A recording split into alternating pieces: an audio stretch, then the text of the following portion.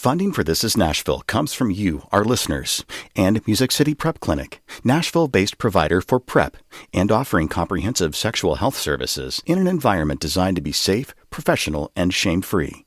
Learn more at musiccityprep.org. I'm Nina Cardona, and this is Nashville.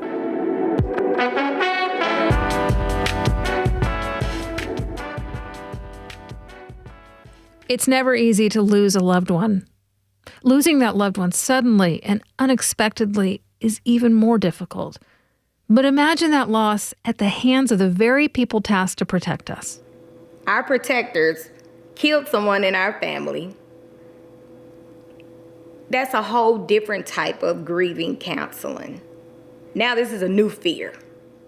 Today, we've invited family members who have lost loved ones to police killings to better understand what the experience has been like for them. We'll find out what resources are available to them and what resources they wish they had. Plus, we'll meet one member of the Community Oversight Board who's advocating for change.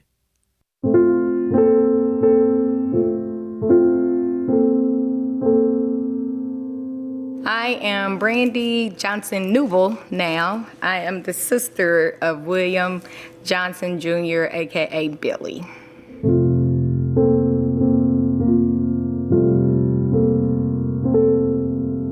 I would say Billy's my protector brother. I have two big brothers. My brother Greg, he's a minister, he's a pastor, so he's my praying brother. Hey, God will get him, let God handle it. Billy's where you at, I'll come get him. So he was our protector of even his big sisters. He was the big brother that we would call on if something was going on or needed anything. She says he was their hug brother, a touchy-feely, caring person. Friends say he loved life and loved to travel. Billy served 2 terms in Iraq for the U.S. Army. He suffered with PTSD. It just changed him. He would just tell us how it was just so different, you know, sleeping out in the fields and how kids would have guns over there. And he was like, it's just stuff that you wouldn't imagine seeing. And after his stroke, like, he stopped doing stuff that he loved. He really did. He stopped doing stuff that he loved. He would be a little paranoid sometimes, and it just changed his confidence and his character when it came to being secure in certain areas. He was just different. It was 2 years ago when Brandi got a strange phone call. And I would never forget, it was a guy from Channel 2 News called. And he said, do you have anything that you want to say about what happened on the interstate last night? And I said, what are you talking about? And he was like, is this Brandi Johnson? And I said, yes, this is Brandi Johnson. Who is this? He said, whoever he was from Channel 2 News. And I said, what happened on the interstate? And he's like, you haven't heard anything that happened? I said, no, what are you talking about? He said, are you related to a William Johnson? And he was like, you need to call the police station. I said, what is going on? He was like, I'm sorry, and hung up the phone. That's how I found out. Found out that her brother Billy had been killed. It started late on a Thursday night when Metro Nashville police officer Daryl Osment was walking his dog on a dark stretch of country road near the border with Ashland City. Minutes later, he was shot in the shoulder. The incident sent in motion a series of events that ended with police surrounding an SUV on I-440 and firing more than 40 bullets, killing the driver. What's crazy, my husband is an engineer with the Nashville Fire Department. The night before, he was like, babe, be careful. He was like, man, these people's going crazy out here tonight. He was like, it was a police-involved shooting on the interstate that you'll hear about in the morning. He was like, then somebody out North Nashville got shot, and then something else. He was like, man, these people are crazy. He was like, it's too much going on tonight. We have been going back to back, back to back. And I was like, well, you be careful, because, you know, you're out there. We had no clue that it was my brother Billy until the next morning. I remember I was going down the steps, and my legs just went limp. I was like holding onto the rail because I just knew like my parents were going to lose it. Her brother was 48. There are a lot of questions around what actually went down that night. The off-duty officer who was shot in the shoulder on that dark country road ran from the scene and said the suspect drove off. The family wondered if they got the wrong car. The Ford Flex police spotted was 10 miles away from the incident, 8 minutes after the officer's 911 call. They wondered if Billy sped away because the chase triggered his PTSD. They wondered if the police got the wrong man. Months later, 911 tape revealed that the officer said 3 times that the suspect was a white man. William Johnson Jr. is black. Now, TBI investigated the case and ruled it was justified. It's important to note there was no footage. This was before MNPD had body cameras, and that it all went down just days before George Floyd was murdered by a Minnesota police officer. The case was quickly forgotten, but not for Billy's family. We love him. We miss him. We want to see what was he doing. You all have his last moments. We don't have that. We don't, like, why wouldn't you share that? And it's just like they don't care. It's like, okay, it's another black man that's gone and keep it pushing. But he wasn't anyone out here, some criminal or anything like that. You know, he was a father. He was a brother. He was a son. He was a veteran. We read the paper. We see what they done to my brother. So we have to imagine, was he scared? My mom said, was he crying? He was headed towards me. I could tell the way he was, the direction he was going. He was trying to come to his safe place. That's what my mom says.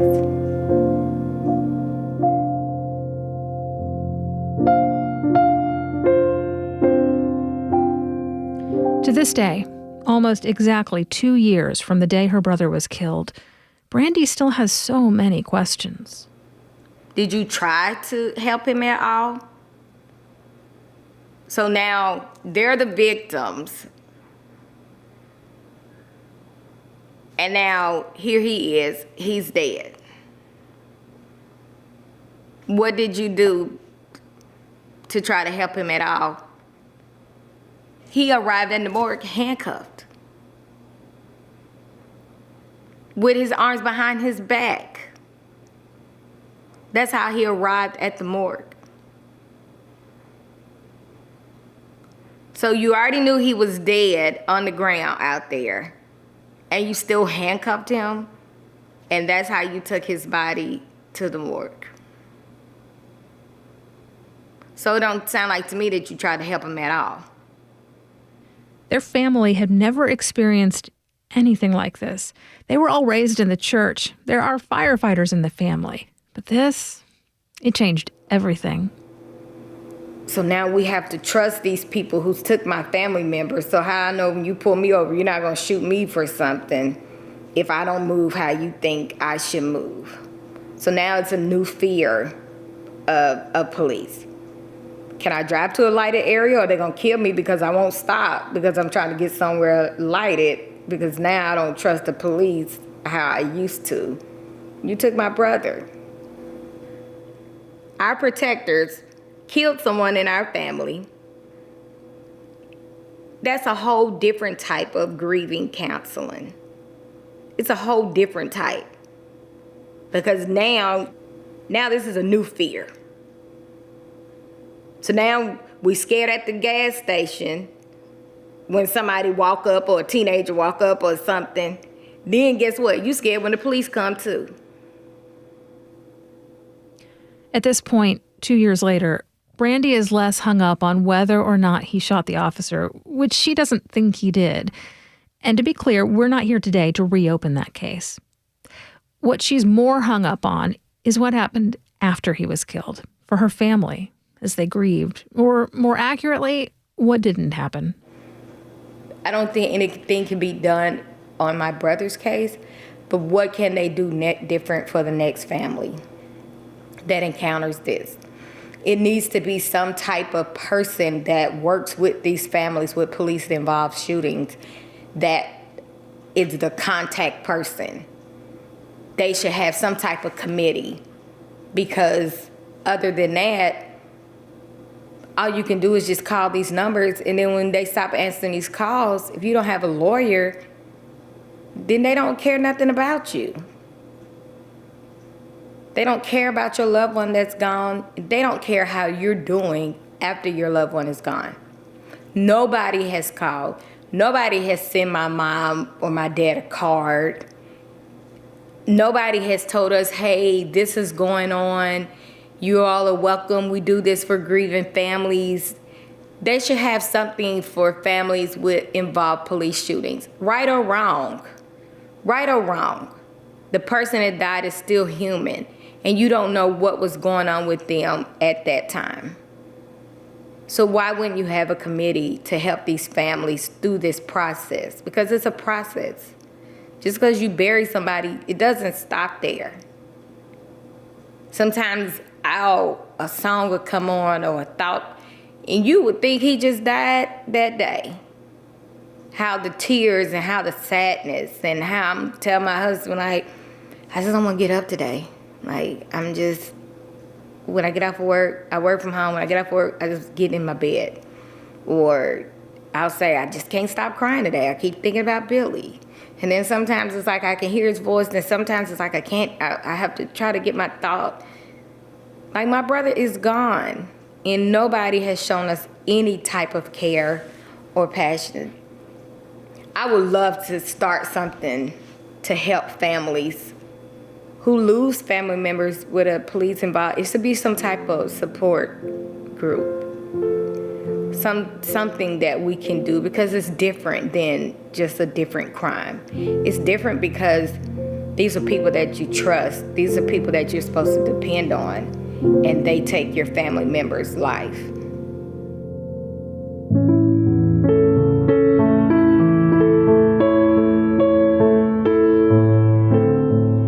Special thanks to our former criminal justice reporter, Samantha Max, for conducting this interview.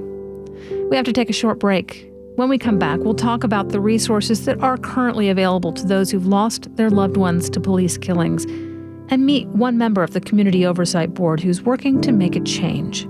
Stay with us. This is Nashville.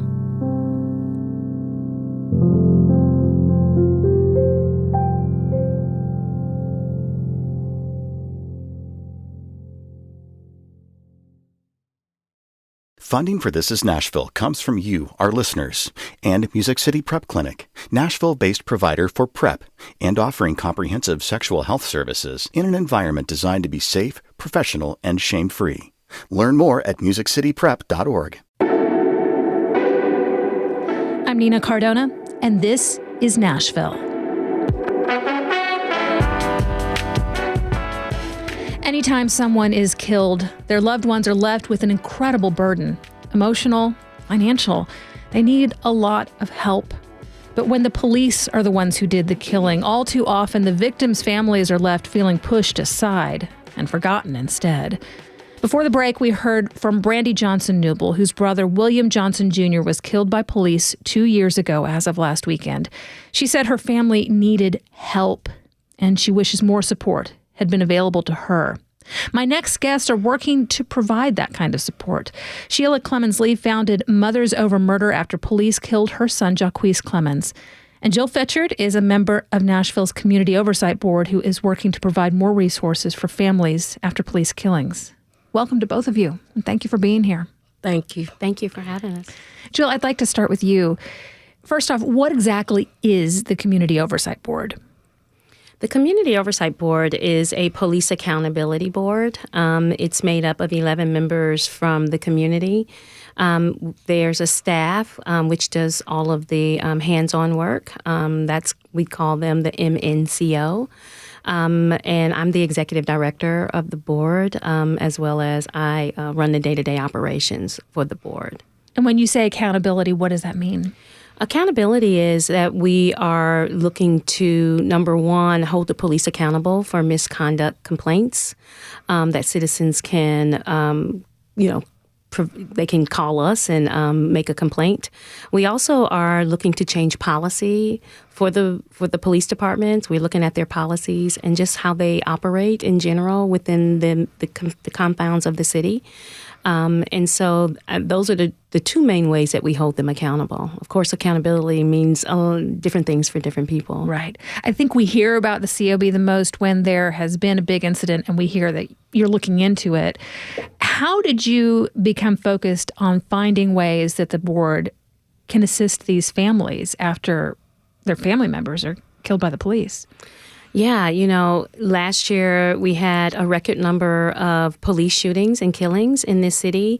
And, after one and then two and then three, I just began to see where we had a real deficit in what we could do to provide some type of relief and help to the families of people who have been killed in police incidents.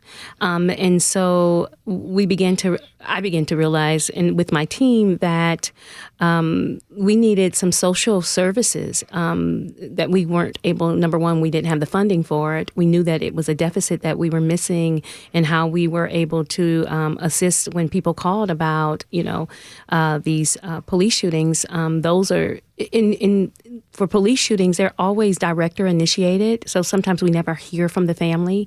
I just have made that a particular procedure in our office. And so, if we hadn't heard from a family member, we still are going to investigate those types of shootings, anything dealing with any type of use of force. And so I realized that I did not have the capacity on a personal level to help walk them through the things that they were experiencing. I'm not a grief counselor. I think that, hearing, the anguish that people were experiencing when they called me, and I had been referring them to Miss Sheila Lee's organization because I thought that they were able to provide the kind of support that I just on a personal level would not be able to provide for them. And so I realized that we did not have anything in place to deal with family members, loved ones of those who are, I think, survivors of police killings. What do you feel hearing Brandi's story that we just listened to a few minutes ago? Yeah, I feel a lot of compassion for her. For each woman here. I'm a mother. I have 2 sons. Of course, I'm married. I mean, I think about it could be my own family that was experiencing that, and what kind of services would I be looking for? And they're not there. The police department has they have services set in place, behavioral treatment and behavioral services for officers who are involved in those shootings. But the people who are on the other end of that have no support. You mentioned that you often refer people to nonprofits like Mothers Over Murder, and Sheila, you are here. You work with you run that group. You're the person to talk to. What do you do first when you get that call? Well, first of all, let me make a correction. I'm not the founder of Mothers Over Murder. That's Clemmy Greenlee. However, I am the director of Mothers Over Murder. My apologies. It's okay. When we get these calls, it's first and foremost, it's like this is our child all over again. Mm-hmm. You go through the emotions and everything. And then, I have to let them know that they're not alone. There is someone out here that understands the pain that you're going through, especially when it's an officer-involved shooting. I felt everything that Brandi was saying. My mind was just running, just listening to her story, and a lot of it I didn't even know. And it's heartbreaking. We do expect for these officers to protect us and not murder us. I don't say kill, I say murder. There's a big difference. course, let's just be real clear for anybody who doesn't know much of your story.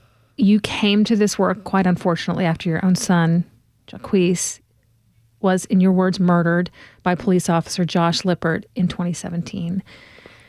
And I know it can't be easy to think back on that time, but when that happened, do you feel like you got the support you needed? No. I didn't get the support at all. I didn't know anyone who had experienced a family member being being murdered by the police at that time. You know, as people came to meet me and support my family, I've learned that there were several people that was in that circle who family members had been murdered by the police, and nothing had been done. I didn't get the support from the city. I didn't get the support from the council members, the pastors, none of that. And that's one of the things that drew me to Miss Vickie Hambrick, is because she needed to know when her son Daniel was murdered that there was someone that knew exactly how she felt. What do you think people in your situation need the most from the city? What we need the most is for them to show some type of compassion. Quit saying that these shootings are justified in a matter of hours. Quit turning our children into suspects when they're the victims. You know, they're quick to do that. You know, and my thing is, you want to drag up their past, but it wasn't their past that got them murdered. And at the same time, you need to expose that officer's record. So you are looking for support in the investigation? In the investigations, with families, because they don't contact the family. You know, in my situation, then it was Chief Anderson and then Mayor Megan Berry. Well, nobody in either department contacted my family or anything. But what they did was they got together to form a closed door meeting with us. Mm-hmm. And at that point, you know, well, I too have a son. This is Mayor Megan Berry at the time. And I know how you feel. And I had to tell her, no, you don't know how I feel because your son is still alive and mine is not. But why do it behind closed doors? You publicly announced that this shooting was justified. You publicly announced that it was Jacquees' fault. So why wouldn't you publicly announce your condolences? Right. If you're just tuning in, this is Nashville. I'm Nina Cardona, filling in for your host, Khalil Ekulona. And we're talking this hour about the resources available to families who have lost their loved ones to police killings. Jill, thinking about what is currently available here in Nashville, I'm curious how it compares to other cities across the U.S. You know, there aren't any real resources when it's involving police accountability and resources for victims of or survivors of police killings. And I just think that's unfortunate. I mean, you know, I think I did want to address something that Ms. Lee said. I think it is really cruel and unusual punishment for survivors not to know what happened to their loved one. right? I think that the police department has to do a better job at making certain that they have all the information so that they're not years later still wondering what happened. I just don't, that to me is a problem. Looking across the country at what is happening in regards to having survivorship funds or resources, I mean, it's dismal. Like there's hardly anything. No one ever really addresses that. And so because of that, I think that Nashville has this unique opportunity to look at what is happening. We had 10 shootings last year. Some of those people have reached out. Some of the survivors have reached out. Some haven't. But when I think about the loss of a loved one, and for instance, if you're talking about Miss Lee's son, he was a father, right? It could be his children. They could have come in with Miss Lee or his children's mothers. He could have been the sole provider for their families. Right. What do we do as a city to make them whole?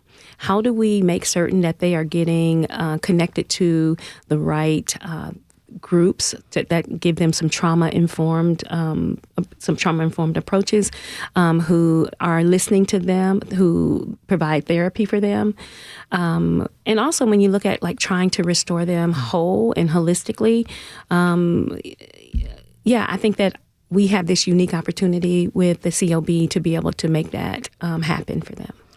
As you have been advocating for more resources, what obstacles have you faced?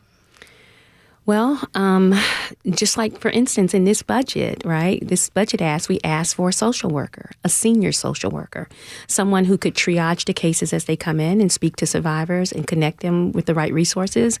And the mayor, it was in our budget request, and the mayor's administration did not give us a social worker. They did not approve that. They approved more investigators, they approved an administrative service manager, and they approved a specialist for license plate readers. And I have been advocating for a social worker for the last 8 or 9 months.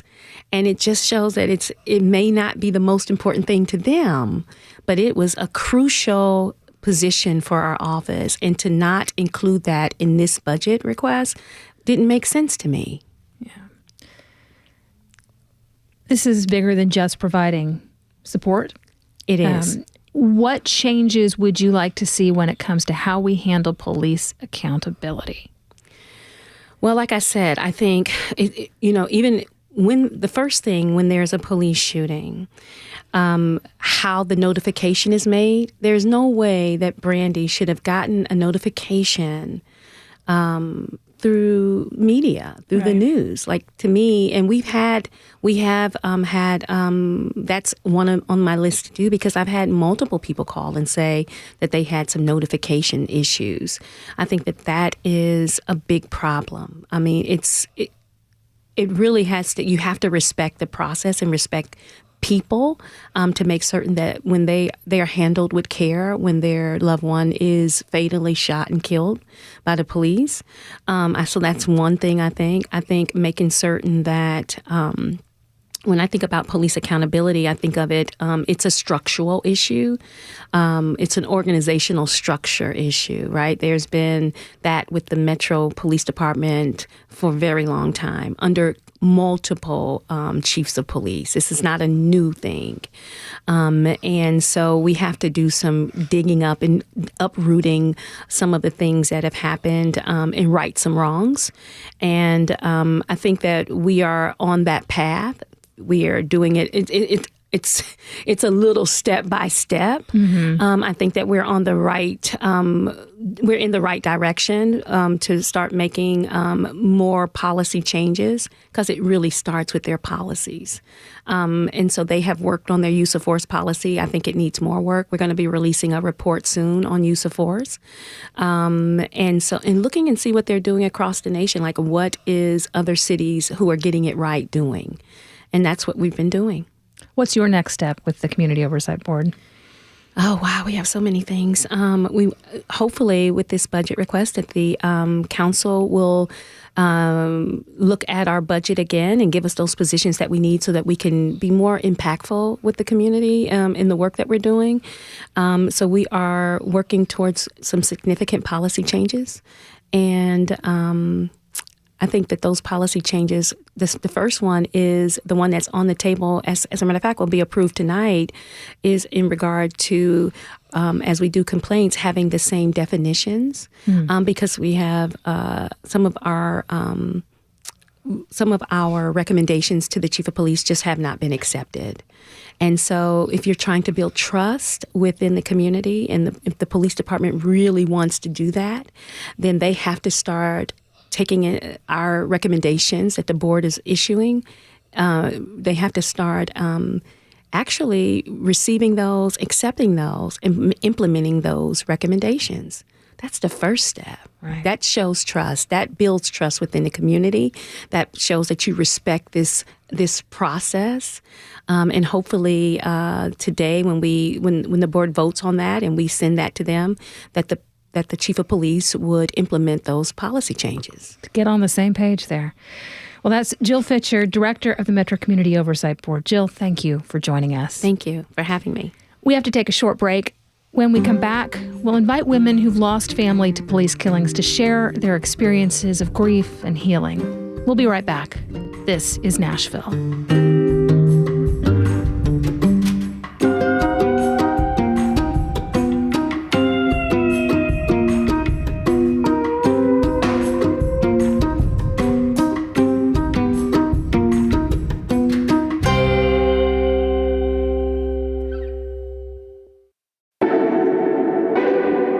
I'm Nina Cardona, and this is Nashville.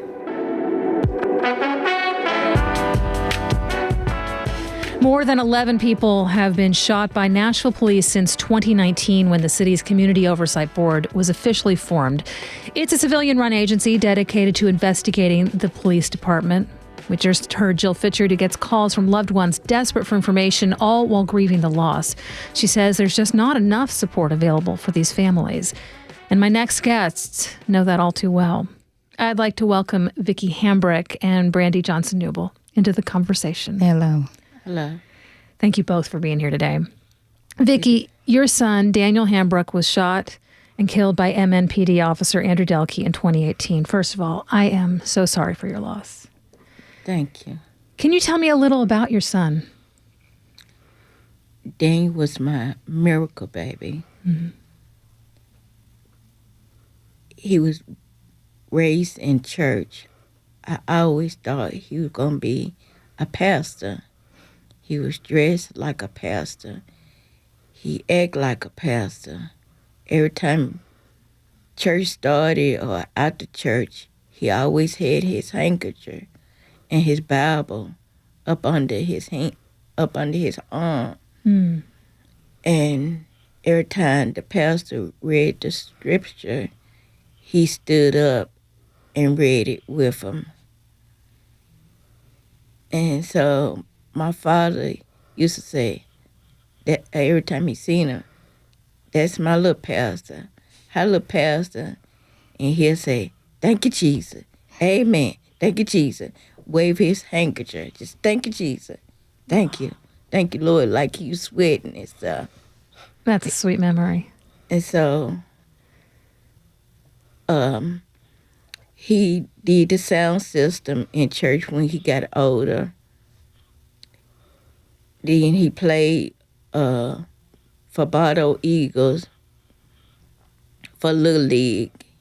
Then when he got a little older, he played for White's Creek. And he was just my miracle baby because he helped me all the time.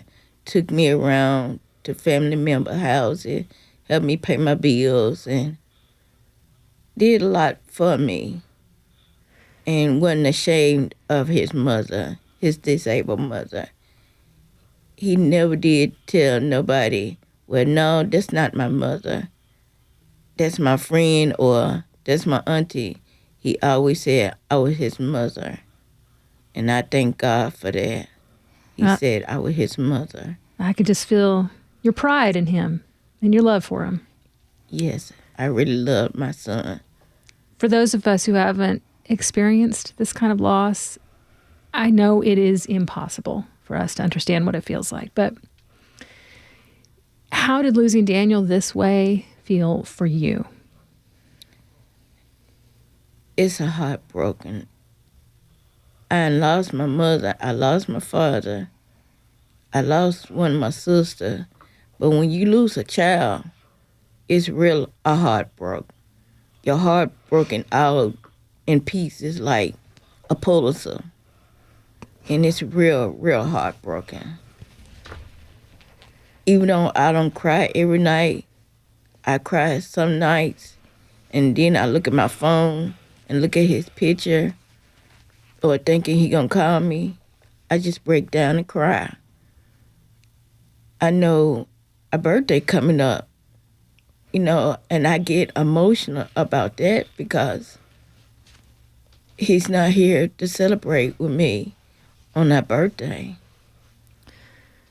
And Brandi, we are pretty much at the 2-year anniversary of your brother's death.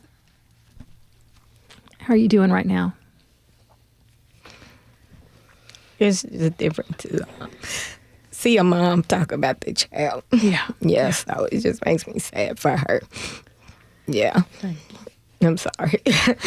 And I'm sorry. I should have seen you weren't quite ready for that. Yeah, I hadn't, you hear people's stories on the news and stuff, and of course, I'm there with my parents, but, just to hear her say, she thanked God for her child, and he was never ashamed of her, and, you just never know what type of voids this caused people, people outside, see your family members one way, but mothers and siblings are going to see them, a whole total different way. Right. So it just makes me sad for her. From what we heard from you earlier, it sounded like your brother was a pretty loving guy, too. Oh, Billy was off the chain. He was so funny. He was so comical, but he was also, like I said, he was my protecting brother, but he was also a licensed massage therapist. So sometimes for Mother's Day, he would bring his table and he would give us all massages, and he would massage our feet, and he didn't care, and he gave the best hugs. Like, you could just tell he loved you when he gave hugs. So, well, it sounds like he gave a special kind of help for a living. Yes, he did. He did that. He did. Yeah, he was awesome. He really was. As you shared earlier in the show, this is no ordinary loss that you are suffering. And as you continue to grieve, you also have to grapple with not feeling safe anymore. And that is something we also heard from Tangi Curtis. Her daughter, Nicole, or Nika Holbert, was killed by a Metro Police trainee last year. And we have some audio of her here. Tangi saying that she notices the police more now, and she finds it unsettling. I felt fear. I mean, I'm being honest, I kind of was scared. I mean, after seeing what happened to my daughter, when I see, them, I don't know, that might have been what caused me to start having the anxiety that I have now more often. It's like every time I saw, one, it would just, I don't know, it made me feel fear. Brandi, how does it feel to know that your loved one was not just killed, but killed by police? Oh, yeah. I totally agree with what she was saying. You do pay attention more to the police, and it's like, if I'm speeding, you're not supposed to speed. But, if you do, you're like, oh, let me shut down, let me slow down. Or, so, yeah, I totally get that. It's a different reference for them now, but I wouldn't say it's the best reference. It's more of a fear base. When that's who you're supposed to, if something happens, you're supposed to call them, oh, danger. But now it's like, you can't call the husband because you don't know if they're going to come and kill if you call on your husband or something go on, So it's just, it's a different, you look at them different. And it's sad because they're not all bad, but you don't know which one is. Right. So you got to be on guard with all of them. Mm-hmm. How do you cope with that feeling? You just have to. I mean, you you living in society, so that's a part of it. So you just try to do your best to do what they say is right. So you don't have to involve them in anything. When we spoke with Tangi, she also talked about wrestling with feelings of guilt, like it was somehow her fault. She called me on the phone and I didn't get there in time. You know, she called me and the officer knew I was coming. And so I guess I blame myself, you know, for what happened to her because I didn't get there, you know, quick enough. That's what I was thinking. So the therapist told me, you know, that I don't need to blame myself, you know, for it. I'm not the one that caused her death, that it was the officer. So like I said, the therapy has kind of helped me to where I'm like looking at them like I'm not afraid of you anymore because what your officer done was wrong. It wasn't my fault. Tangi told us she wishes she'd gotten into therapy sooner. It took about a year for her to start. And Vickie, I understand that you just started seeing a therapist for the first time since Daniel's death. How are you feeling about that, about starting therapy? I feel good. It's making me feel more relaxed than what I was at first because I had a lot of anger and hate in me. And it makes me kind of trust people more than what I was at first. So I just had to take it one day at a time. Yeah. Now, you mentioned before that Daniel helped you out just, you know, in just kind of the logistics of everyday life quite a lot. How have you found the help that you need since his death? Through the Miss Sheila and the Moms Over Murder. I want to thank Miss Sheila because she called me almost every day. Or if she don't call me every day, she call me every other day to make sure I'm okay or do I need anything. If I don't call her, she'll call me, daughter, you haven't called me and Pops to see how we doing. Are you okay? Do you need anything? And I want to thank her for that. Even though whatever I'm going through or I'm mad at somebody or whatever, or if I'm in my feelings, she'll still call me. So I want to thank her for that. Even though if don't nobody else call me, she will, her and Pops. Well, speaking of Sheila Clemensley is still with us. And as we mentioned earlier, your own son was killed by police in 2017. What do you want people to know about what this kind of loss is like? This loss is very devastating, not just to me, but you got the siblings, you got the children. It affects the whole family in different ways. You know, with my other children, Jacquees was their hero. He was their only brother. He was their protector, their provider. And that was suddenly taken from them. You know, Jacquees was the only guy in the house. So he was the protector of his family. And then when he had children, you know, he understood the love between a child and a parent.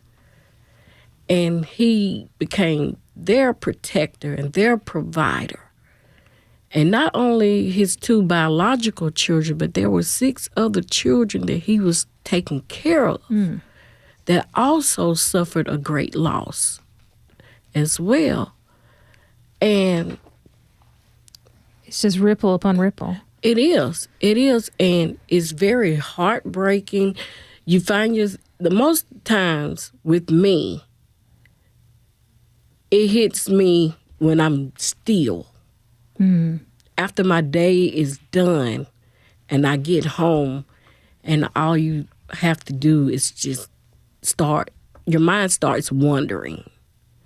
And what ifs, Right. you know, and through therapy, you know, I also do therapy, you know, and I'll tell anybody, don't be ashamed to go to therapy. You know, it has helped me a lot, and I have to help myself in order to help these mothers. Well, and let's talk about that. You actually went on to help others dealing with the same kind of loss.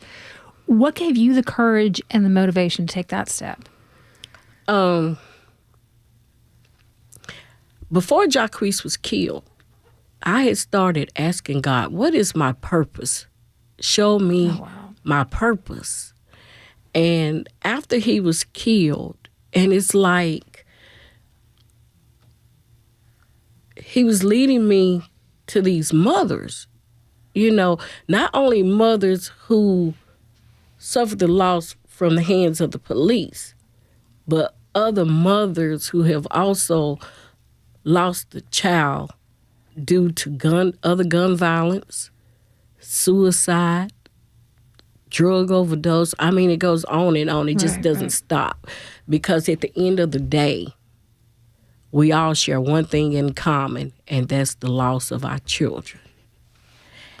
And I will tell all of them, I don't care what time of day or night that you feel like you need to talk, call me. And a lot of them be like, well, we don't want to do that because it's late night. But I'm telling you to call me because I know when it hits you. And, you know, you have all these emotions going on inside of you. You blame yourself, the guilt. I mean, your anxiety kicks up. The tears you can't control. I mean, your heart is just pounding. And, you know, you want your child. You just want them, you know. And even though you have other children, and I had to realize that in therapy as well, I have other children. But it's just that void. And nobody's going to be able to take that away. Right. Thankfully, you know, my faith keeps me going. And it's my faith that keeps me helping other mothers and fathers, because there are fathers. We have to realize that the fathers, they suffer too. You know, at an event in Arkansas, you know, my husband, he travels with us a lot. And he had to make it plain to us that, hey, what about us dads? Right. We suffer too. And sisters? Yeah. Brandi, who have you been able to talk to? Who's been your support? No, I've been in counseling. No. But I also connected with Miss Sheila in the beginning. And then my family, church members, coworkers, friends, my husband, I talked to him. It's crazy. He lost a brother 7 months before I did. His brother had a heart attack. And then 7 months later, I lost my husband. Oh my goodness. We both lost siblings in a matter of 7 months. So I'm so sorry. Yeah, thank you. So it was like he was able to help navigate myself and my siblings we said it's a new normal with the void. And so that's who I depend on the most through this process. And then, like I said, counseling, you kind of talk about everything, and you just see how it all kind of connects with the change in you and just the change in your day-to-day life. Vickie, what is the difference for you in finding that support from somebody who's just coming and saying, you know, I just want to help you. I don't know what this is like. I want to help you. And having that close relationship that you've developed with Sheila, who knows exactly what you're going through. It makes me feel good. You know, she kept calling me and saying, are you okay? And I said, yeah, I'm fine. And then I was just in my feelings and in a dark room and just didn't want to be bothered with nobody at the time. Then it seemed like God had me to open up to her and go on and talk to her to let her know that I'm going to be all right and she was going to be there for me. And like I said, I want to thank her for that because she didn't have to be there for me. Well, and I want to thank all of you. Brandi Johnson Neuble, Sheila Clemens Lee, Vickie Hambrick. Thank you all so much for joining us today. Thank you for having me. And we want to thank everyone who tuned in this hour as well. It has been a pleasure filling in. Tomorrow, your host, Khalil Ekulona, is back. It is an episode all about bucket lists. Tune in for some lighthearted adventure. We need that every now and then. This is Nashville is a production of WPLN News and Nashville Public Radio. Listen back at thisisnashville.org or wherever you get your podcasts. Our producers are Steve Harush, Rose Gilbert, and Tasha A.F. Lemley. Our digital lead is Anna Gallegos-Cannon. Michaela Elias is our technical director. Our executive producer is Andrea Tudhope. The masterminds behind our theme music are LaRange and Namir Blade. Special thanks to our former criminal justice reporter, Samantha Max. The conversation doesn't end here. Tweet us at This Is Nashville. Find us on Facebook and Instagram and tell us what you want from our show by filling out our quick survey online. This is Nashville. I'm Nina Cardona. We'll see you tomorrow, everybody.